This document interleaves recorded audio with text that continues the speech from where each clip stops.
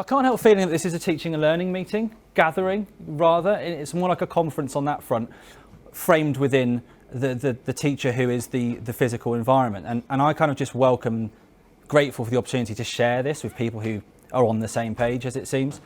So I feel my role, and I'll just introduce like my career so far in a second. I think my role will be, for those of you who've already got a clear idea about where you want to go and why you want to get there, to give you a bit of research and evidence base to come back with, maybe to help with your CFO and finance director to suggest why this might be a good idea, to support with perhaps maybe a checklist, for example, of things that some studies have shown that have been effective, and also perhaps to sharpen and hone a list of questions that you and we collectively would want to try and answer and solve as problems, given that I think we're all in the same boat here trying to do the right thing for the sake of learning. So I entitled this Learning in the Physical Environment, and I've never put forward a presentation like this before.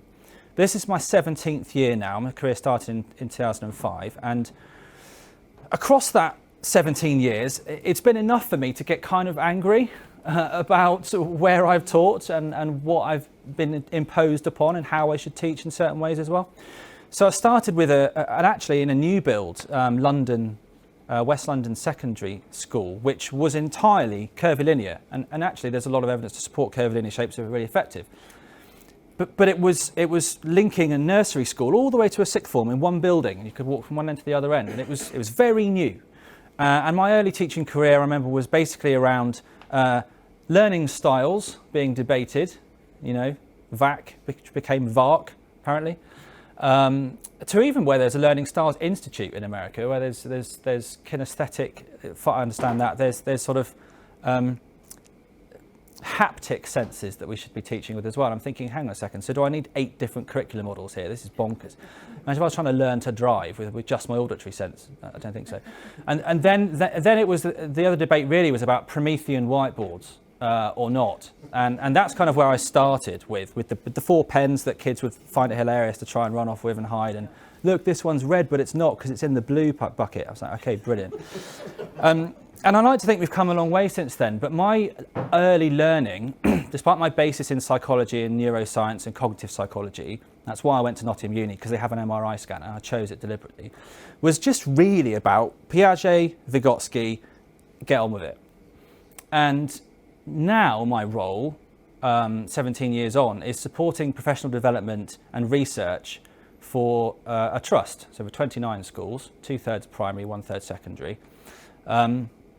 And what does it mean to be a really effective teacher actually has always been about what is really effective learning. And then I realised just the massive disparity between, if I say what's effective learning, you all have a mental schema for what that is. The reality there is it's not going to be the same as each other. I suspect the variance in this room is going to be small.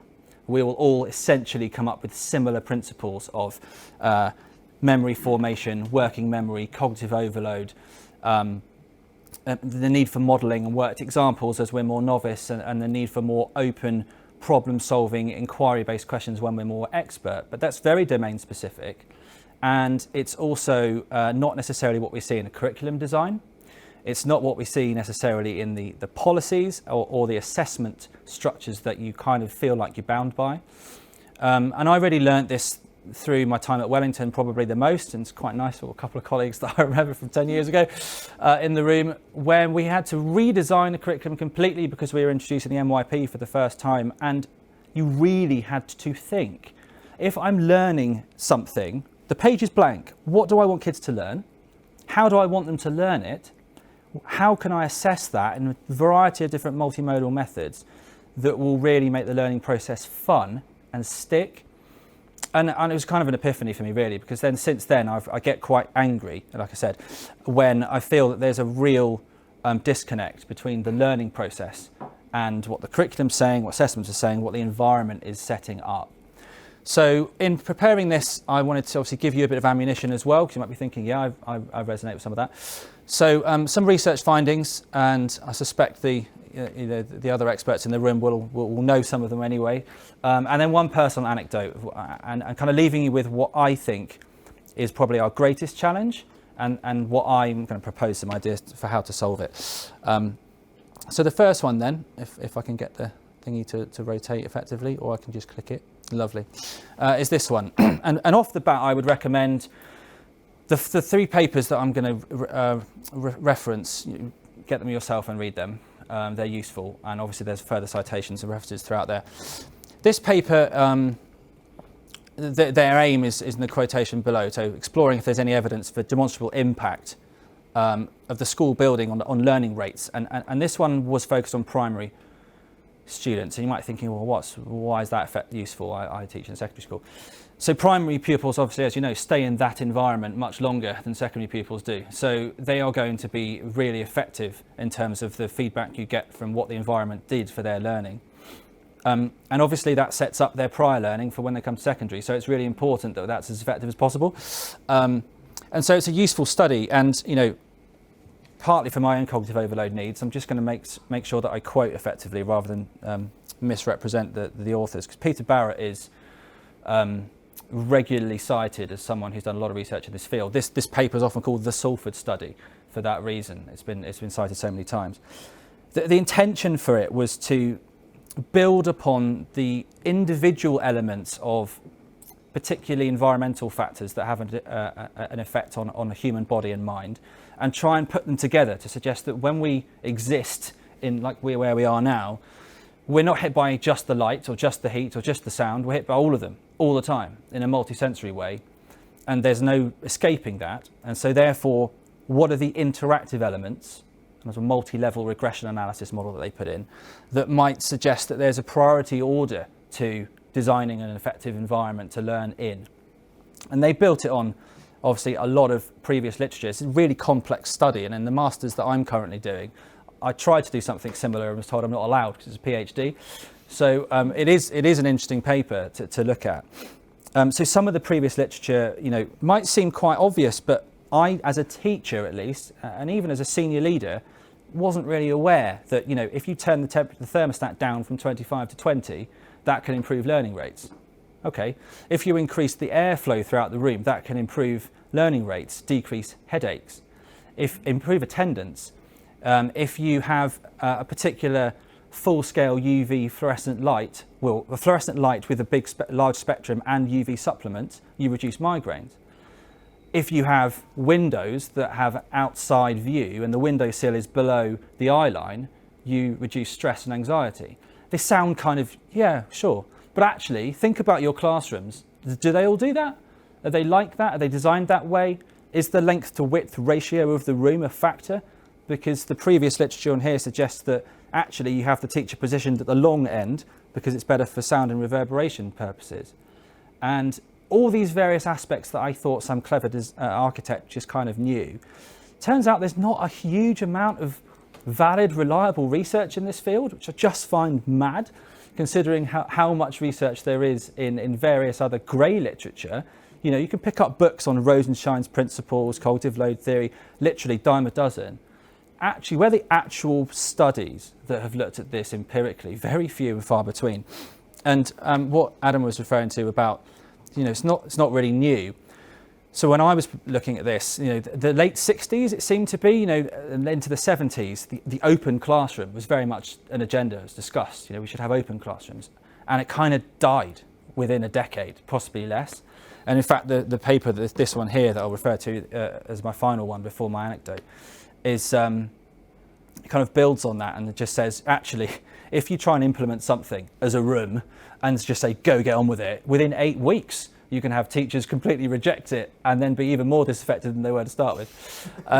Not that they were disaffected to start with. So the implementation is really, really key. And I think when I said this is about teaching and learning conversation, that whatever happens and whatever you want to design well and play about with later today, for me, and then this will be my final point too, the fundamental overriding factor is, unless the teacher in that room has a very clear mental model of A, what really effective learning, pupil learning is, they have to be really good at teaching and learning, and B, how to use that space, it's not going to work very well.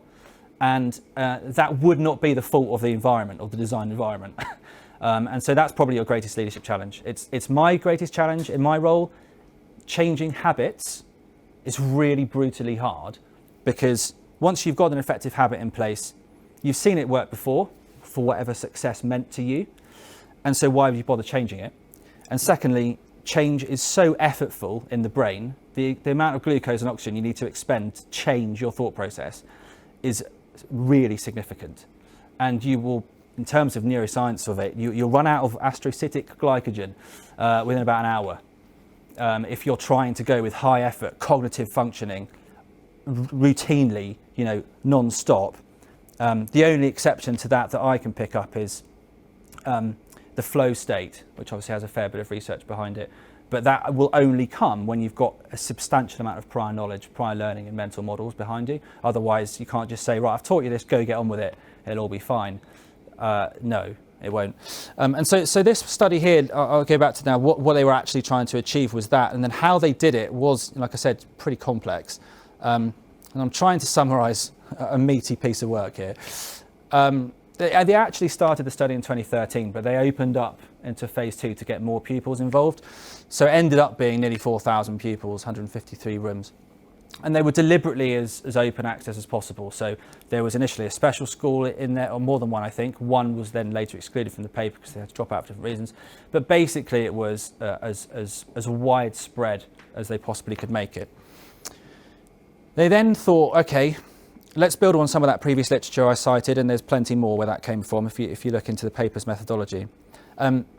What should we focus this on? So they were taking works from what happens in Alzheimer's care facilities to look at how the design of the environment can support mental health, and they were taking research from hospitals where patients fundamentally live longer if they're in certain environments, and that can be east-west facing rooms, for example, versus north-south. That can be avoiding direct sunlight and glare, although an even temperature is really important. Access to natural light is really important. Having it blaring at the window at you and on you is not. And they were trying to say, well, what are our sort of summary features? So they summarized them as naturalness, individualization and stimulation, and that's why those three are in bold in there. Those were their three design principles, and they just went to town on breaking them down. So they then broke that into 10 design parameters, and so they should add up to 10 if all the parts in the commas are correct. Not evenly, but 5, 3, 2. And then within them, there were 18 indicators of what that would be. And I'll just give you a couple. Like I said, in the interest of time, I can't read the whole thing, but quality, they really were thorough. Quality and quantity of natural light in the room, the degree to which the lighting can be controlled, the degree to which pupils can access natural elements, the degree to which pupils have an appropriate provision of space. That links to a theoretical construct of interpersonal proximity. So how do you feel when you're really close to someone or further away from someone? The degree to which there's visual diversity in the whole room and then on individual permanent displays. And they actually looked at, okay, so you've got a wall display, that's nice. What colours have you chosen? Why those ones? How much coverage is there and how much diversity within that coverage is there? I would go a step further on that actually and say if you've got a permanent wall display, unless you're actively using it and the students are engaging with it, habituation will kick in and you'll just learn to ignore it. So if I tested you now off the top of your head, like exactly what's on the walls around you in this room, your answers would be rubbish because you haven't been attending to them. No one asked you to memorise how many lockers there are over there. You could look over there and look now, but I bet you won't get the answer correct with certainty just by asking off the top of the head, because we don't bother, because our brain is trying to survive and it's not going to survive by expending all its glucose all the time. So those are the ones they looked at, and the success criteria were pretty good in terms of what I'm thinking about how valid they were to what they were measuring to what they thought they were measuring. And then what they found was this, and I've just, again, for each element I've looked at context and methodology briefly and then implications for you. So let me just actually put all three here. Yep. So of the ones that are highlighted, they had a positive correlation with pupil progress across a year as measured against national curriculum standards in primary schools. They put a figure on it because of their quite insane multi-level regression analysis and bivariate analysis and Pearson correlation, and said that 16% of the progress that pupils made was to do with those factors. And of the ones in green, they were more important in terms of within that 16%. So look, just to try and define them a bit, and I'll just put what does that mean then for design principles. So the main conclusions they came to were things like light. I'll try and mention them all in turn as quickly as I can. The light element needs to be even. It helps if it's controllable. I heard a colleague talk about the ability to dim or brighten depending on the levels of attention you're after. That's also a useful quality to have. Think about any classrooms where the natural light is poor or non-existent because there are no windows at all, and you've got pupils in there for long periods of time. You're asking for stress, anxiety, and potentially headaches and lack of attention. Temperature needs to be controlled and needs to be even throughout. Too hot and too cold, so roughly about 20 makes a difference. Air quality is quite topical at the moment. CO2 monitors are in most UK schools now, so we're kind of on this, although this was written in 2015, so they didn't know that at the time. Quite useful if people had acted upon that before the pandemic came along. Individualisation was about ownership, so ownership around how identifiable the room is to the students, the pupils within it. So in a primary school, that might have looked like you've got your own personalised coat peg. It might be that you've got your own personalised colour chair. But you can think about how you might want to set that up. Vibrant colours are important, linking to the colour aspect of it, but not too much. And this goes back to sort of earlier conversations about overstimulation is just as detrimental as understimulation. And there are areas that they didn't look at within here. I've seen a few classrooms around the country that have got sparkly floors. I see that quite a lot as a science teacher. Why? I mean, not only is that dreadful for attention, it also means if you happen to break glass on the floor, you're now much less likely to find it. It's just, I don't get it, but it's useful to find that there are studies out there that show, certain aspects are really important. And I'll just see if I can get any across from complexity that I haven't mentioned. Not really, because they defined it as displays being balanced, not too much, not too high, not too sterile, light, bright walls with a highlighted feature and accent wall, rather than just go crazy with colour because you think that will excite children. That's not really the case. So those are the primary aspects, which you tend to see in quite exciting, nice places to be. And interior designers, I'm sure, would agree with that. And then secondary aspects that they found, still correlated but less so. Flexibility in layout, but actually another study said that was great and really important. Sunlight without glare, controlled conditions for physical comfort. And I just think, yeah, that makes perfect sense. If we're not physically comfortable, we don't feel safe. If we're not safe, we're not likely to learn because we are too anxious. And you don't want cortisol levels high because you can't lay new memories very well. So big high level things, and I'd like to think that all rooms are designed in this way, which makes sense.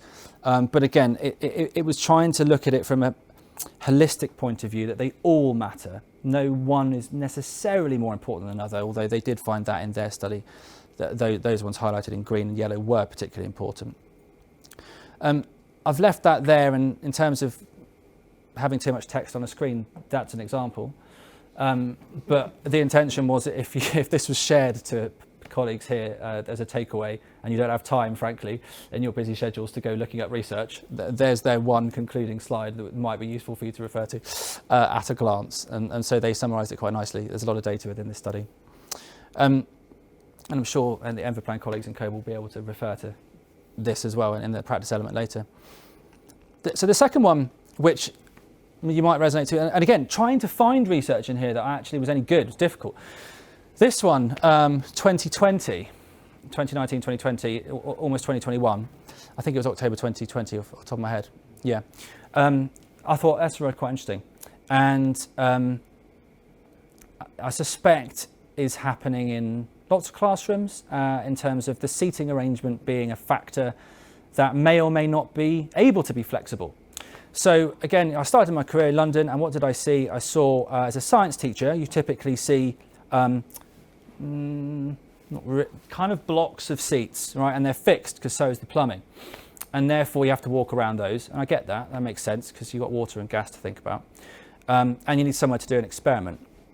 And then I went to another independent school, and I had wooden rows that I couldn't move, which we regularly walked into the edges of.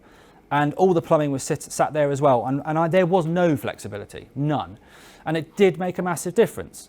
And so I think where teachers are effective is because they understand learning and cognition really well, and they kind of just make allowances.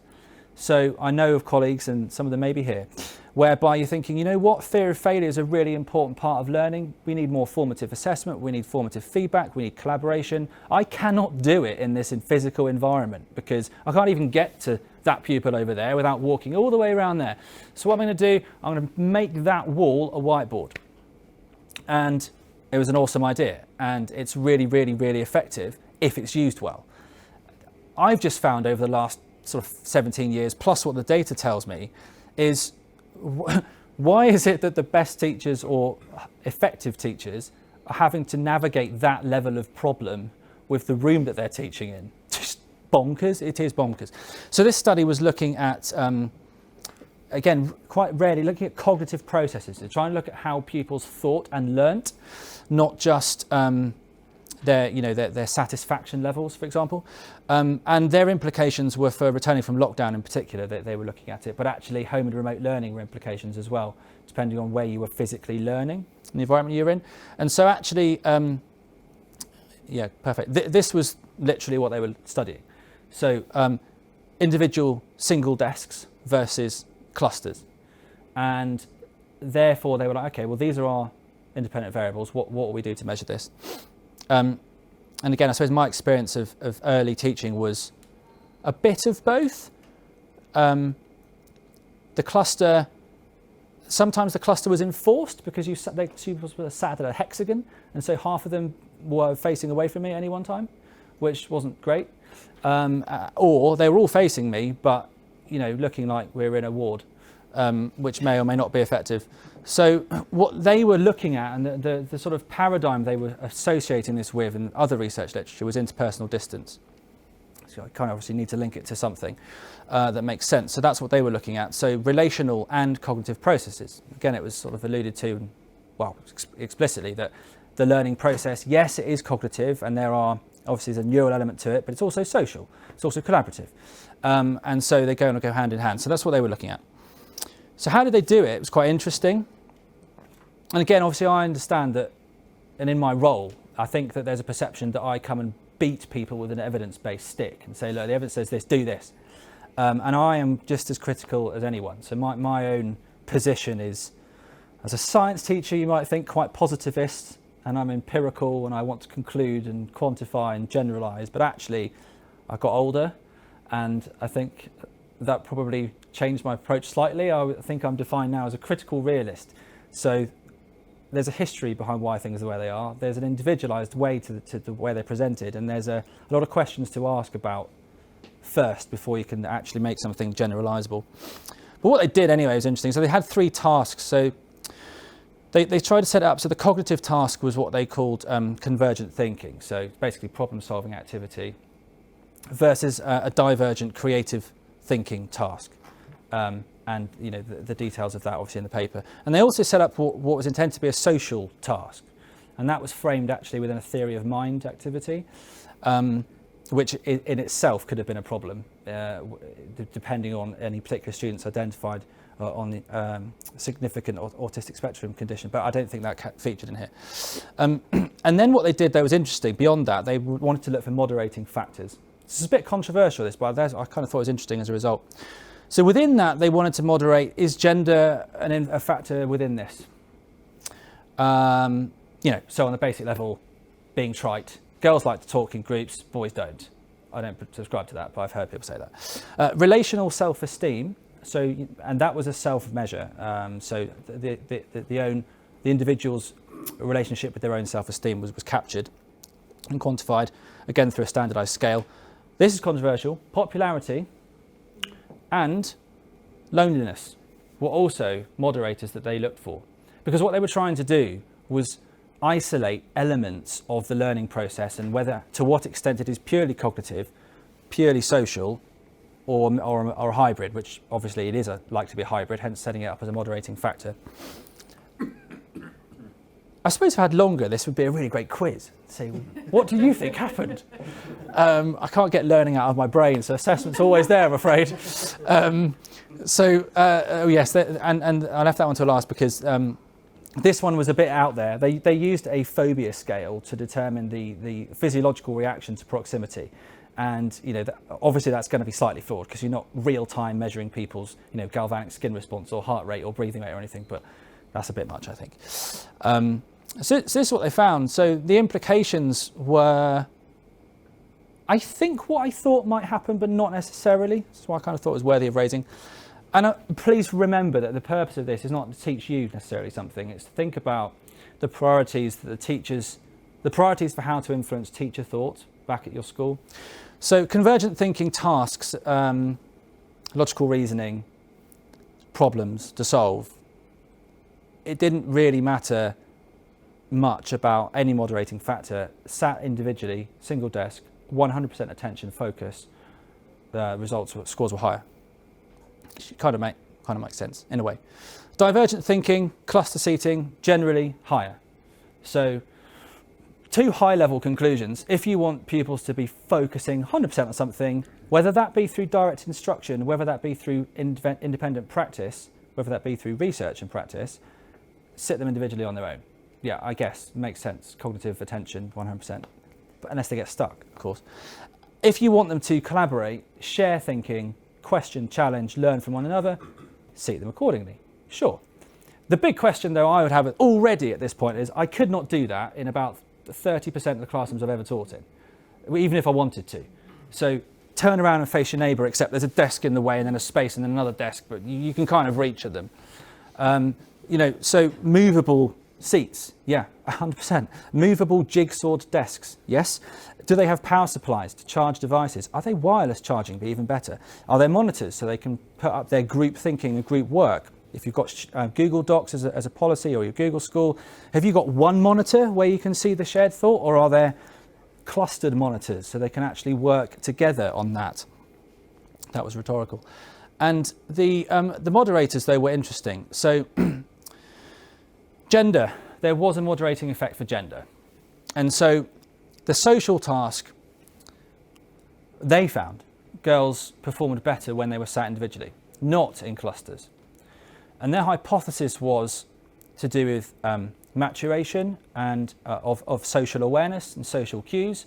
And therefore, if you group girls together, that might be a distractor for them in terms of the task, not because they're trying to be annoying, be distracted, be lazy, talk about stuff, to wind us up, but because that's a disposition and that's where they are in the developmental journey. So it's worth thinking about, okay, well, so what task actually would they be benefiting from if they're sat in a clustered group? But it went a bit further than that. Loneliness turned out to be a moderating factor to an extent, enough to make it significant anyway. So pupils that were essentially peer rated as more lonely, now they qualified that obviously, by basically linking it to whether they preferred to be in another person's company very closely or not, to what extent they preferred that. Those that came out high on that scale performed better in a single desk arrangement for any task. Creative task, focused problem solving task, didn't actually matter for them. Performance was better. Didn't necessarily measure their happiness, of course, I'm aware of that. But then if it was low, cluster was better for creativity. Yeah, which kind of makes sense.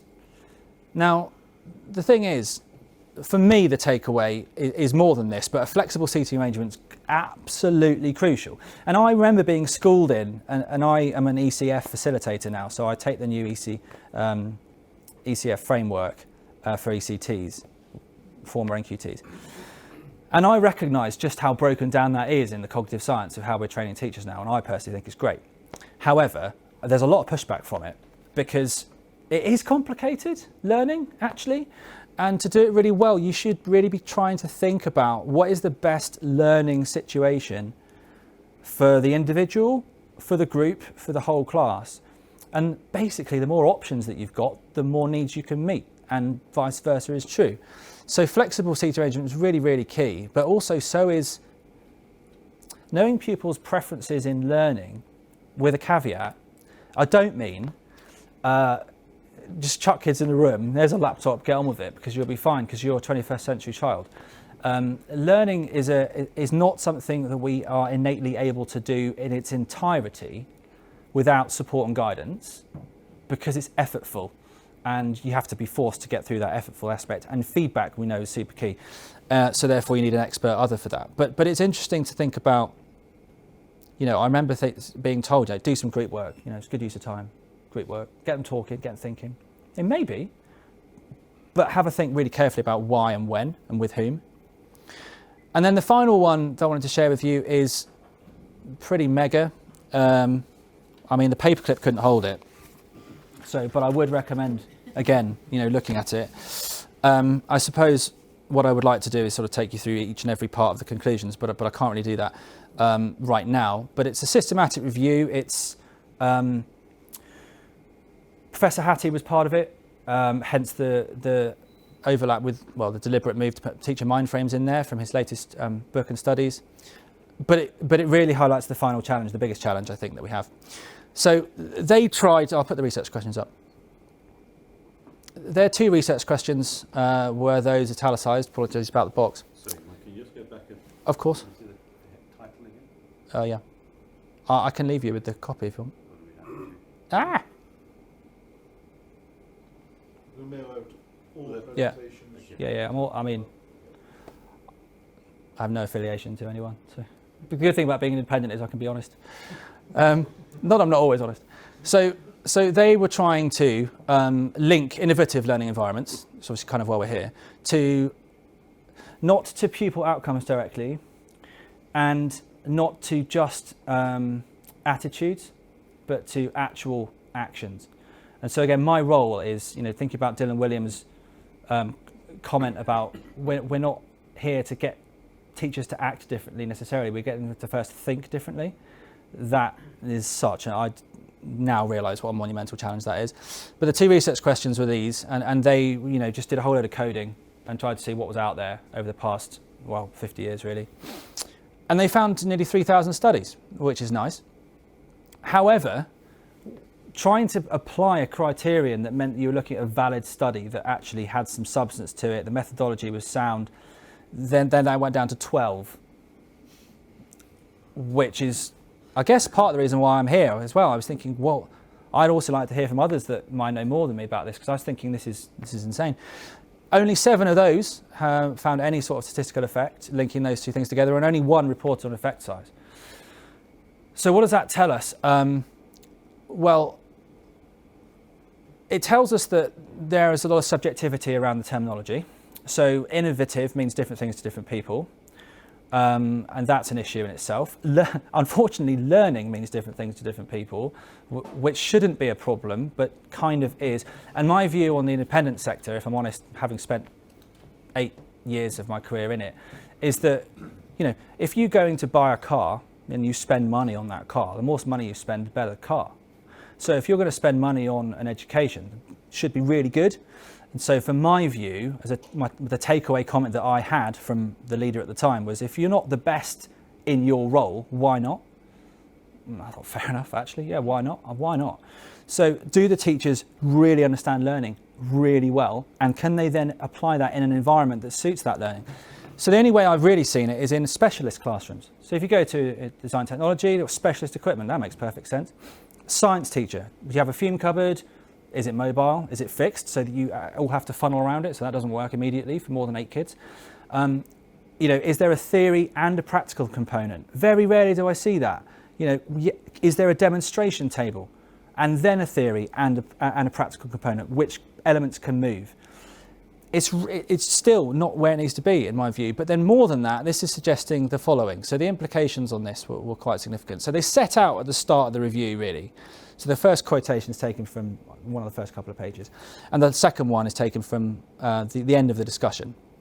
So I'll just pause so you can read.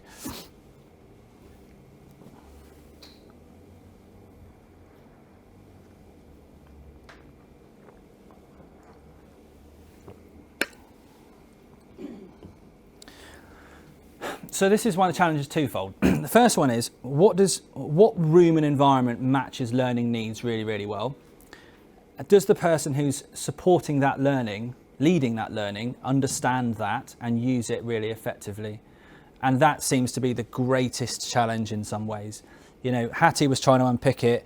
Study after study after study showed very similar results. And where they were positive, they were teacher XYZ was really supportive. They were on side. Their beliefs and attitudes changed and were aligned, but their practice didn't. And time again, that's replicated. So part of that's the psychology of habits. Part of that is the issue whereby teachers will have achieved a level of success already with what they're doing. And if that level of success is defined as good enough for them, why would I need to change? So what's the point? I agree with you, it's great, I'm not doing it. So your challenge is really substantial. You know, where are the students at, you know, that first year dropout rate of university? I know we weren't looking at that 2008 to 2014. We weren't, definitely not. And you anecdotally pick that up because alumni would come back and say, yeah, I wasn't very well prepared for tutorials at university. Obviously you get the odd few that were, but I don't think it was a strategic decision to be part of that. You look at Stanford's, if you look at School, Stanford D School, Design School, what they're doing is incredible, and they'll have professors, lecturers, students of different age ranges in open plan offices and rooms designing products, bringing them to market within 3 years, and all collaborating in similar spaces that are entirely flexible. Standing desks, whereby working memory is enhanced because more oxygen flow to the brain. Like little things, they seem little and obvious when you hear them, but they're not really actually that obvious. And typically, if you were here longer, you know, I would say you should have already probably stood up, sat down again, just to get that little bit extra oxygen to your brain. It makes a difference. And the irony about me saying I'm packing a lot in here, statistically, on average, appreciate all the qualifications to go with that, for whatever you take away in 30 minutes, if I doubled that time to 60 minutes, you'd only remember 9% more of it anyway. So probably not worth saying that for too much longer, and you can read this again later. But you know, that's the challenge, and that's anecdotally why instructional coaching is so noted to be so powerful in changing teacher practice, because it's so regular and so supported. Even that doesn't work 30% of the time, because you know what, some people don't want to change. It's not a conclusion I like coming to, but it's one I have to come to at times. So my anecdote about this was Harkness method, and 2 colleagues in the room, Bart and Aidan, who can expand on this, possibly others as well. That is not my classroom, it is a Google image, just to be clear. And the reason why, it's your old classroom. You can see the maths department Yeah. in the window. Yeah, so what it's so ironic that you're here, it's brilliant. I was like, friend! So this came from a trip to Phillips Exeter, isn't it, and in the US. And the US, it's certainly not the font of all knowledge, but there seem to be, there's a bit more diversity, but there's also a lot of restrictions in the US. So sometimes, you know, the district, to get funding, you have to apply specifically according to their rules and regulations. So for example, from a CPD point of view, in a number of districts, CPD, you have to prove that it is sustained over time and collaborative in order to access the grant funding, but actually the research base on that is weak, and so you can have really poor collaboration and really poor CPD, but they don't recognise that, thought about it enough, and so therefore, you know, the whole setup at policy level, it needs a rethink.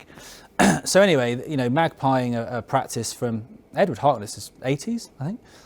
Apologies if I'm wrong about that. Sorry, Edward. I just want to share what happened with my experiences, because that's really what I'm qualified to talk about. It's just a table.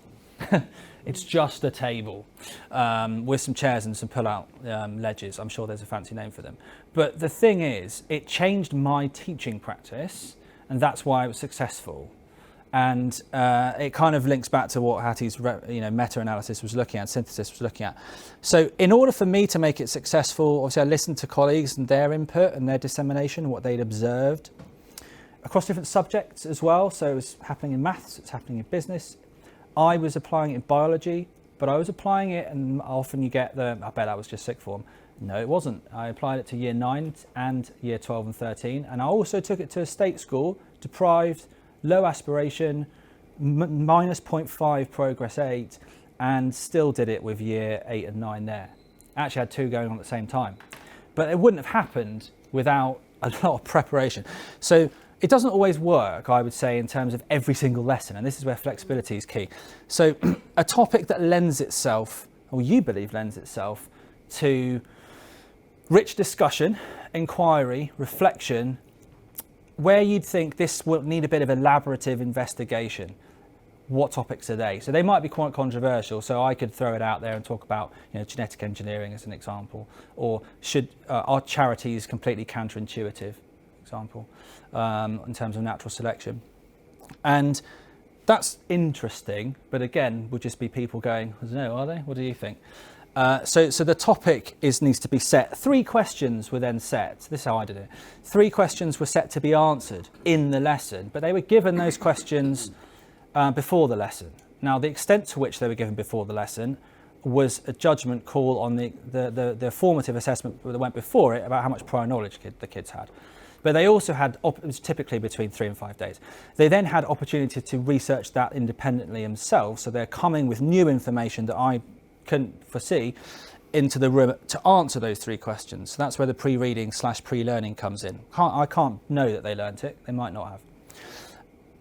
The students need to be prepared. So if it works well, there's a chair basically, and a student does that as that role, who says, right, so the first topic of discussion is this, here's our question. And they kind of go silent for a bit, and then someone will speak, hopefully, and say, well, I think this is the answer, this is what I've learned. And I'll come back to what I was doing in a minute. But unless they knew that role, that would have been something that I would have had to do, but I was trying to do something else in this particular lesson environment. The timings of it, the students had to keep track of as well. So we'd learnt to have a timer on an iPad next to us is a lot more helpful. Or iWatches these days make things quite nice and easy for that. Then the implementation, so what was I doing? So I'll get up. Forgive me if I've snapped my ACL in half, so I don't have one on my left leg, so just bear with me. It's got to click. There we go. So what I would be doing was, say you're sat around the oval table, I've got a really big mobile whiteboard, and those 3 questions are on it, and I'm kind of going to it and to my notes in my hand at the same time, and all I'm doing is listening and watching who's talking, and I would track. I'd previously drawn I'll use this plate. I'd previously drawn an oval, this is an oval, with all the kids' initials around it and saying this person's talking. I draw a line across the table if that person said something and that person responded. And then on that line, I would try and code what the nature of what that was. So were they answering the question? Were they adding a solution? Were they challenging something that someone had previously said? Or were they bringing something new? So I just had 3 codes. So were they answering the question directly, challenging an answer, or changing the line of inquiry? And I'll be doing that the whole time, writing these letters down. And then at the same time, what I'm doing on the whiteboard is thinking, I'm doing formative assessment the whole time. Are there any knowledge gaps? And I'll be making a little note of what I thought were knowledge gaps and what questions would be effective questions to ask as a follow-up next. So that would last for 80% of the lesson, me doing that.